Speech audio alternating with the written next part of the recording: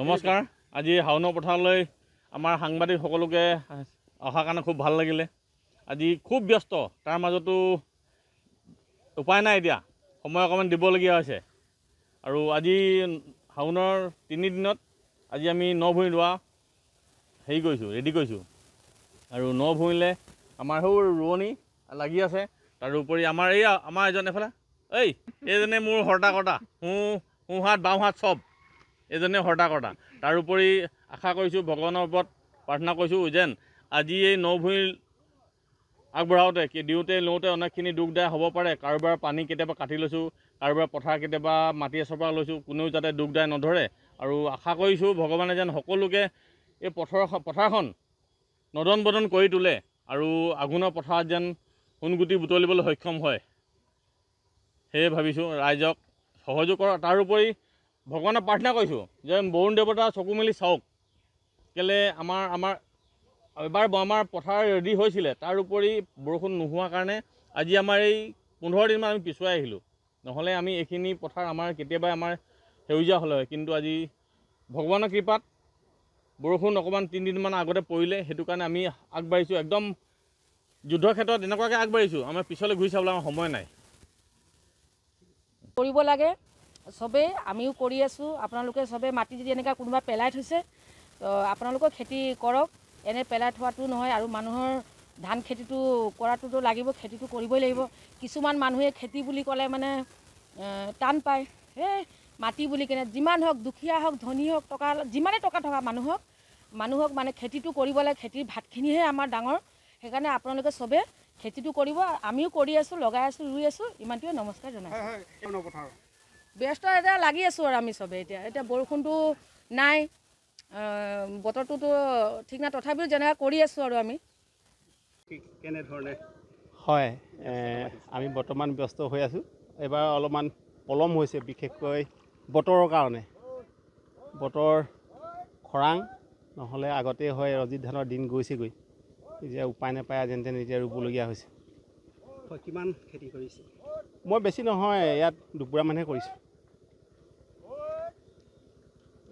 আমি অৰিজিনেল খেতিয়কবোৰে সুবিধা নাপাওঁ, কাৰণ যোৱা বছৰ এপ্লাই কৰিলোঁ পাৱাৰ টিলাৰ, আজিলৈকে খবৰেই নাই পাৱাৰ টিলাৰ। কিন্তু যিবোৰে খেতি নকৰে সিহঁতে পাৱাৰ টিলাৰ অট'মেটিক পায়, কাৰণ সিহঁতে সুবিধা আছে, লিংক আছে, বেগ আছে।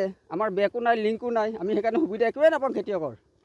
যোৱা বছৰ খেতিয়ক কঠীয়া ইমান বেয়া হ'ল, আহি ফটোও মাৰি লৈ গ'ল, কিন্তু ক'ত অকল ফটোতে থাকিলোঁ। ক'বলৈ কি আছে ইয়াত কওক? দেখিছেই এই 10টা বজালৈকে গৰু পকৰত কেনে ঘূৰি আছোঁ। যদি পাৱাৰ টিলাৰখন থাকিলে আজি সুবিধা পালোঁ হয়। PM কিষাণৰ আজি 3 বছৰ হ'ল এপ্লাই কৰা, PM কিষাণৰো খবৰ নাইকিয়া। সেইকাৰণে এইবোৰত মই বৰ বেছিকৈ দৌৰা-দৌৰি নকৰোঁ, কাৰণ আমি খাতিৰ কৰিব নোৱাৰোঁ মানুহক বেছিকৈ। কাৰণ কিমান বছৰৰ পৰা খেতি কৰি আছে? মই খেতি কৰা 78ৰ পৰা মই খেতি কৰি আছোঁ আজিলৈকে। গৰু হালেই কৰিব কি আৰু? তথাপি চৰকাৰৰ প্ৰতি কিবা নাই। এতিয়া বয়স মোৰ 68। চিন্তা কৰক, 68 এই বছৰলৈকে মই খেতি কৰি আছোঁ, 2026 এতিয়া। কিন্তু চৰকাৰৰ সেইটো কাণ হান নাই, কাৰণ পাৱাৰ টিলাৰখন আমাক দিব, আমিতো পইচা দিয়ে ল'ম। তাতে এটা ছাবচিডি দিব আমাক, সিমানেই সুবিধা। কিন্তু সেইখিনি সুবিধাও নাই আমাৰ। হ'ব দিয়ক, মই এইখিনি কাম কৰি লওঁ। নমস্কাৰ। আজি হাওনৰ পথাৰলৈ আমাৰ সাংবাদিক সকলোকে অহাৰ কাৰণে খুব ভাল লাগিলে। আজি খুব ব্যস্ত, তাৰ মাজতো উপায় নাই, এতিয়া সময় অকণমান দিবলগীয়া হৈছে। আৰু আজি হাওনৰ 3 দিনত আজি আমি ন ভূঁই ৰোৱা ৰেডি কৰিছোঁ। আৰু ন ভূঁইলে আমাৰ সৌ ৰোৱনী লাগি আছে।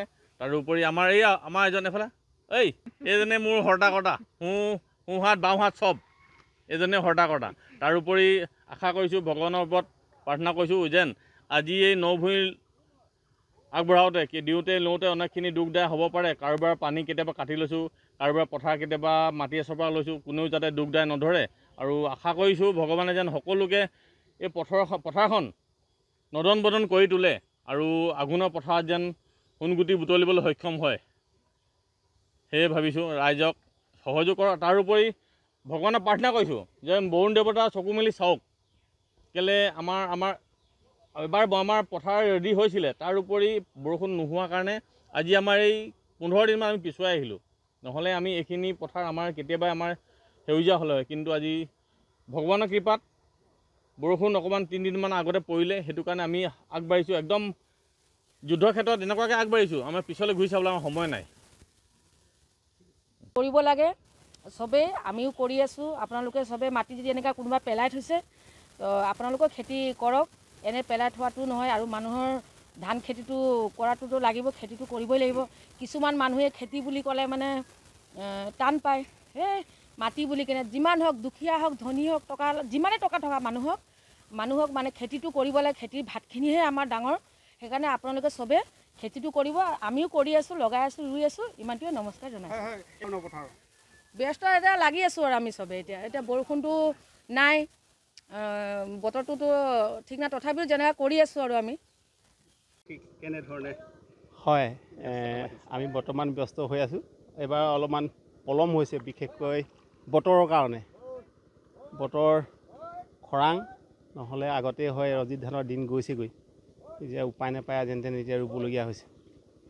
কিমান খেতি কৰিছে? মই বেছি নহয়, ইয়াত দুপুৰামানহে কৰিছোঁ।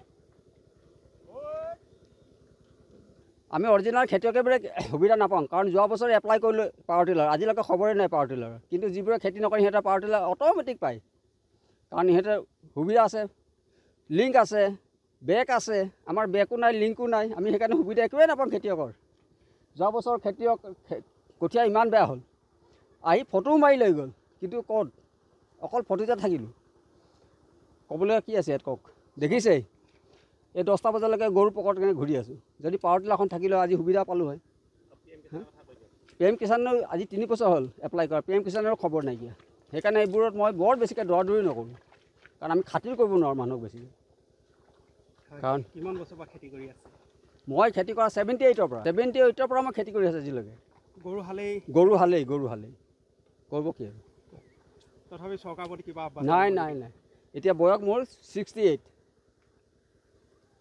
চিন্তা কৰক, 68 এই বছৰলৈকে মই খেতি কৰি আছোঁ, 2026 এতিয়া। কিন্তু চৰকাৰৰ সেইটো কাণ ধান নাই, কাৰণ পাৱাৰ টিলাৰখন আমাক দিব, আমিতো পইচা দিয়ে ল'ম, তাতে এটা ছাবচিডি দিব আমাক, সিমানেই সুবিধা। কিন্তু সেইখিনি সুবিধাও নাই আমাৰ। হ'ব দিয়ক, মই এইখিনি কাম কৰি লওঁ। যিকোনো খবৰৰ বাবে যোগাযোগ কৰক 7099017330 লগতে 7099017110 নম্বৰত।